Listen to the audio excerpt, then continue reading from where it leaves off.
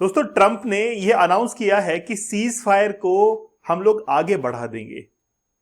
लेकिन यहां पर दो बातें हो सकती हैं। या तो वाकई में अमेरिका ईरान से परेशान है, या फिर वो चोरी छिपे कोई ना कोई ऐसे बड़े कदम की तैयारी कर रहा है जिसको पूरी दुनिया देखने वाली है। दोनों में से एक बात जरूर होगी, या तो ईरान का सफाया होगा या अमेरिका जो है वो सरेंडर करेगा। यही बातें होंगी। आप लोग भी कहेंगे कि सर आपने कोई नई बात तो बताई नहीं है। नई बात यह होगी कि पूरे वर्ल्ड में, पूरे ग्लोबल लेवल पर जो पावर की रैंकिंग है वो चेंज हो जाएगी। ग्लोबल ऑर्डर जो है वो अब रीसेट होगा और पावर अट्रैक्ट्स पावर। ताकतें जो है वो आपस में खींचती हैं। अगर आज आपकी स्थिति कमजोर है तो आप बड़े कनेक्शंस बनाने के लिए नहीं बने हैं। आपको पहले खुद को पावरफुल बनाना पड़ेगा, तब आपके पावरफुल कनेक्शंस बनते हैं। इस बात को मानेंगे आप। इसीलिए आज जो पावरफुल कंट्रीज हैं वो हमेशा उनके साथ में रहती हैं जो कि पावरफुल है। और अगर कोई पावरफुल बनना चाहता है तो पहले अपने आप को पावरफुल करे। कंट्रीज को लेकर यह बात बिल्कुल फिट होती है। डोनाल्ड ट्रंप क्या कहना चाहते हैं, क्या करना चाहते हैं, भगवान ही मालिक है। क्यों? क्योंकि यह इंसान अपनी बात पर टिकता ही नहीं है। जैसे ट्रंप ने कहा कि हम लोग फ्राइडे को पाकिस्तान में मिलने वाले हैं ईरान के साथ में सीज फायर की बात को लेकर, और ईरान वहां पर 100% नेगोशिएशन की कंडीशन में आ जाएगा। ईरान कहता है कि कौन सा सीज फायर, हम तो किसी सीज फायर के अंदर हैं ही नहीं और हम कोई सीज फायर करना भी नहीं चाहते हैं। और हो सकता है कि ईरान वहां पर ना पहुंचे। आज के दिन वॉशिंगटन में मीटिंग हो रही है बिटवीन इजराइल एंड लेबनान के बीच सीज फायर को लेकर। और फिर से ट्रंप ये कह देंगे कि मैंने एक और सीज फायर करवा दिया और मुझे नोबेल पीस प्राइज मिलना चाहिए। एक काम करते हैं, एक नोबेल पीस प्राइज बनवाते हैं अलग से। बोलेंगे कि ये सेकंड कैटेगरी है और ये एक पहली बार बन रही है और आखिरी बार बन रही है, और वो ट्रंप को दे दिया जाए और बोले कि भैया आप रिटायरमेंट ले लीजिए, आपने बड़ा परेशान किया है दुनिया को। जो एजुकेटर्स हैं उनका भी गला सूख रहा है बोलते बोलते एक ही बात, ट्रंप ट्रंप ट्रंप, है ना। तो परेशान तो होती है।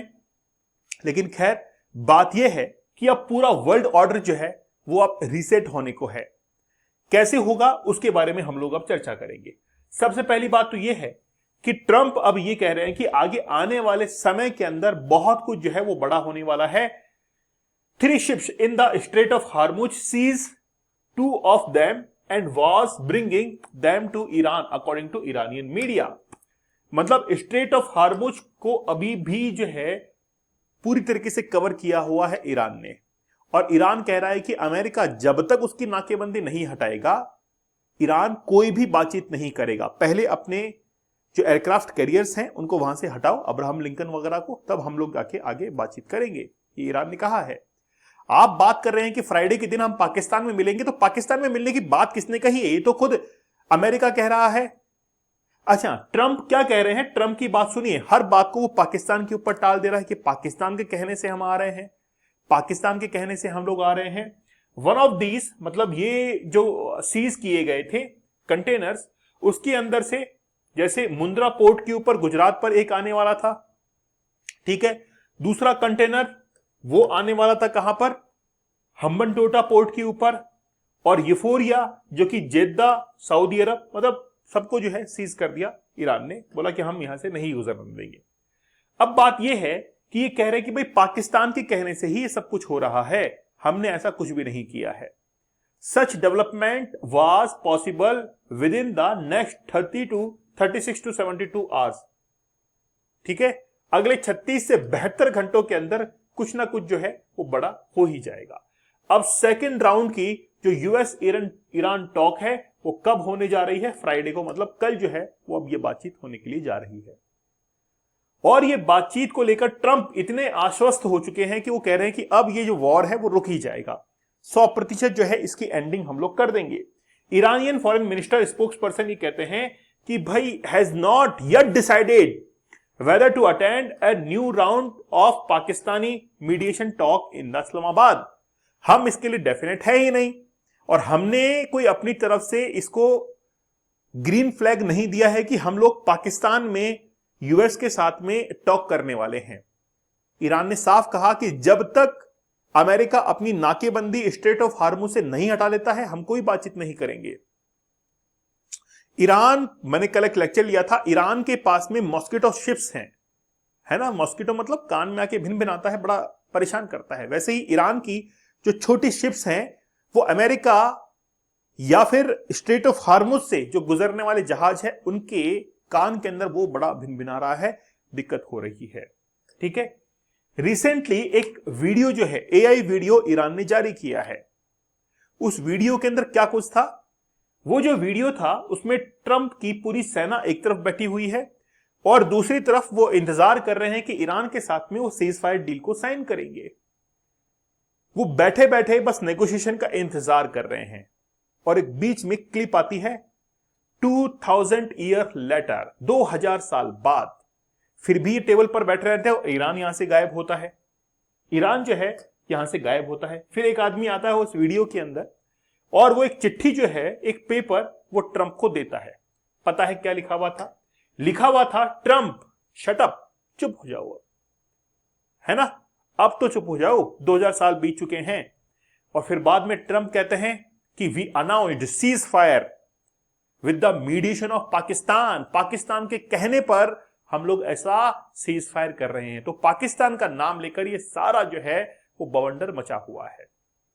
कुल मिलाकर बात यह है कि अमेरिका ये चाहता है कि ईरान की न्यूक्लियर जो एनर्जी है, न्यूक्लियर वेपन जो है, उससे छीन ली जाए। क्योंकि एक बार ईरान ने अपने आप को पावरफुल साबित कर दिया तो अमेरिका चाहकर भी वहां के ऑयल रिजर्व्स के ऊपर अपनी कमांड नहीं कर पाएगा। और जब तक वो कमांड नहीं करेगा तब तक अमेरिका का डॉलर जो है वो मजबूत नहीं हो पाएगा। अमेरिका के डॉलर की मजबूत होने की कहानी ये गल्फ कंट्रीज ही हैं।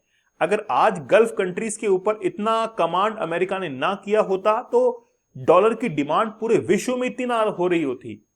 आज पैसिफिक ओशियन के अंदर जो छोटे आइलैंड कंट्रीज हैं उनके ऊपर आज तक अमेरिका जो है वो राज करता है, उनको कॉलोनाइज किया हुआ है और वहां पर डॉलर ही चलता है। और डॉलर की इतनी बड़ी एक्सेप्टेंस को सबसे पहले ईरान ने ही नकारा है कि हम लोग अमेरिका के डॉलर को एक्सेप्ट नहीं करेंगे, चाहे युआन में हमको दे दीजिए, क्रिप्टो करेंसी में दे दीजिए, लेकिन जो डॉलर की डिमांड है उसको हम लोग कम करके ही रहेंगे। डॉलर की डिमांड को रशिया ने भी कम किया था। जब रशिया और इंडिया के बीच में ऑयल डील हुई थी क्रूड ऑयल को लेकर, तो ईरान ने कहा था कि भाई ठीक है, हमको रुपीज में ही आप पे कर दीजिए, या पे करने की जरूरत भी नहीं है, आगे जाकर हम इंडिया से और आप रशिया से कोई ना कोई सामान तो लेन देन करेंगे ही, उसमें सेटल कर लेंगे। ट्रंप ने एक बात और कह दी है कि रशिया से अगले 30 दिनों तक भी हम लोग वेबर देते हैं। वेबर जो है वो देते हैं, मतलब रशिया से अगले 30 दिन तक कोई भी देश क्रूड ऑयल परचेस कर सकता है। ये बात किसने कही है? ये बात ट्रंप ने कही है। भाई पहले भी तो कर रहे थे, तुम्हारे वेबर देने से क्या है? मुझे पर्सनली ऐसा लगता है कि मामला अब यूएसए के हाथ से निकल चुका है। अब यूएसए कोई कदम उठाएगा तो वो बड़ा कदम ही होगा, कोई छोटा कदम नहीं होगा। अब या तो वो चुपचाप सरेंडर करेगा और ईरान को ये कहेगा कि भाई ठीक है, तुम 60% तक एनरिच कर चुके हो, आप एक काम करो, जो एनरिचमेंट है उसको 3.64% तक ले आओ, ओके, यहां तक ले आओ, और साथ ही में यहां पर लाने के बाद हम तुम्हारे ऊपर जो इकोनॉमिक सैंक्शंस हैं उनको रिमूव कर देंगे। और यहां पर ही आकर ईरान और यूएसए की डील जो है वो हो जाएगी, इसके अलावा और कोई चांस नहीं बनता है। तो जो यूरेनियम 60% तक पहुंच चुका है, अगर ईरान चाहे तो विदिन 15 डेज वो क्या कर सकता है, इसको 90% से ऊपर एनरिच कर सकता है। अगर उसको नॉर्थ कोरिया, रशिया और चाइना की हेल्प मिल जाए तो विदिन 15 डेज वो कर सकता है। इसीलिए जब डील होगी तो डील ये होगी कि ईरान अपना एनरिचमेंट 3.64 तक करेगा। और ईरान के पास में है ही कितना, लगभग ये मान के चलिए अब तो केवल 200 केजी बचा है, 200 केजी जो है वो बचा है यूरेनियम, एनरिच यूरेनियम, और इसके अलावा यूरेनियम है ही नहीं उसके पास में। टोटल जो यूरेनियम की क्वांटिटी थी वो 4000 टन थी, 4000 टन थी। और ये जो 4000 टन है इसमें से केवल और केवल 200 केजी जो है यूरेनियम निकला है।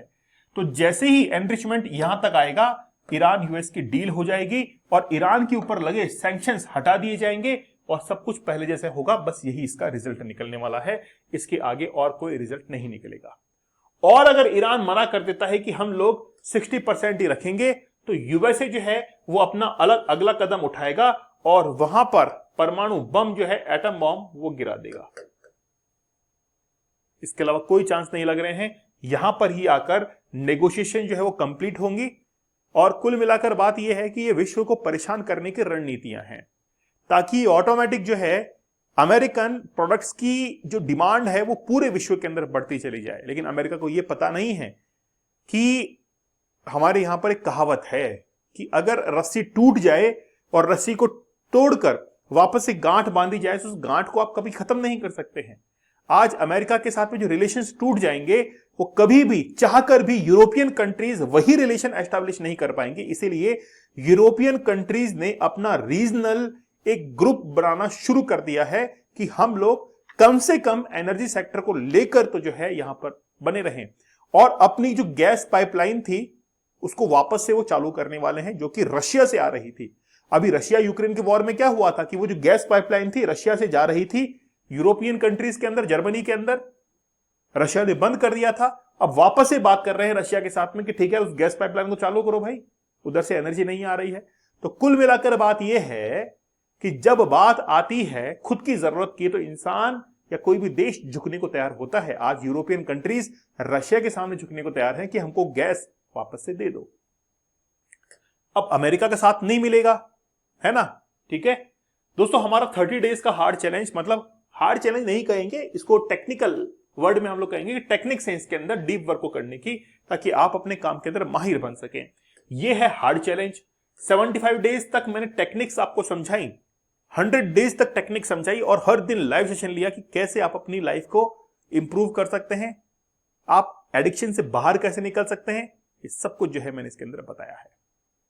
ओके, आप लोग टेलीग्राम दीपक इंदौरा ऑफिशियल पर जरूर ज्वाइन कर लीजिएगा। तो मिलते हैं आप लोगों से नेक्स्ट सेशन के अंदर। तब तक धन्यवाद, थैंक यू, जय हिंद।